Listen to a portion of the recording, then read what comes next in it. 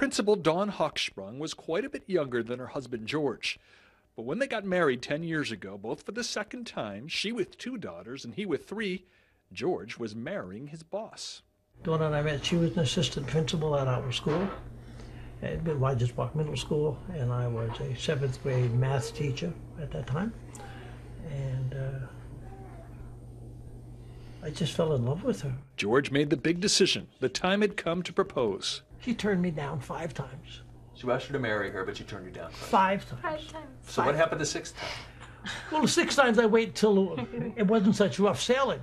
Indeed, George had been popping the question on a sailboat they bought together.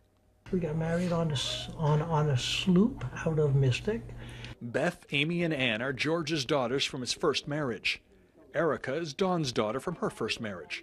Her other daughter, Tina, was out while we were at the house. They were a blended but very close family with 11 grandchildren. Dawn and I built this beautiful house in the Adirondacks, our dream. And the dream was a chronological dream. It was going to be Dawn's house because I was going to die, and it was going to be Dawn. I'm much older than Dawn. It was going to be Dawn's house. And Dawn's grandchildren and all these children could use the house on a lake, and it'd be wonderful. We built rooms downstairs for kids, and it was going to be Dawn's house ultimately with all the children. And now it's me. I don't think I can do that.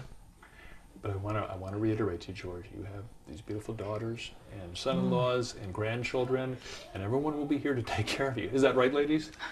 Of course. Yes. But my job has always been to take care of other people. It's all right if some people take care of you for a while. No one ever taken care of me. Well, stop being so stubborn. While Dawn was the principal at Sandy Hook, George still taught at the middle school where they met. In the middle of the day Friday, this is how George found out what happened. One of the kids came up with a computer and said, something's happening at Sandy Hook School and your wife's been killed. George raced out of school and into a nightmare. Like all the families of victims, they want to know more. And on this day, they have learned more. 2 teachers who survived told George they were having a meeting with Dawn when the shots started ringing out. Dawn put herself in jeopardy, and I have been angry about that. Angry until just now, today, when I met the 2 women that she told to go under shelter while she actually confronted the gunman. And she could have avoided that, and she didn't. I knew she wouldn't. So I'm not angry anymore. I'm not angry. I'm not angry anymore. I'm not angry. I'm just very sad. They said, we're at the meeting. There were gunshots. Somebody shot the window. Somebody came into the, not into the office, but into the building, the foyer of the building. And Dawn told us to go hide. And she and at least one other teacher ran out and actually tried to subdue the killer. I don't know where that comes from. Dawn was 5'2". Everyone here is so proud. No one more so than Erica, who said her mom was always there for her daughters. Every game she was there, every practice she was there, all of my sister's cheerleading stuff she was there, every dance competition.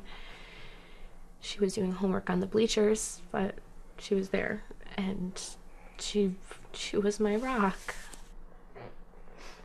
My rock. And now she is a hero too. The final thing I want to ask you is, what would you say to your mom right now? Come back.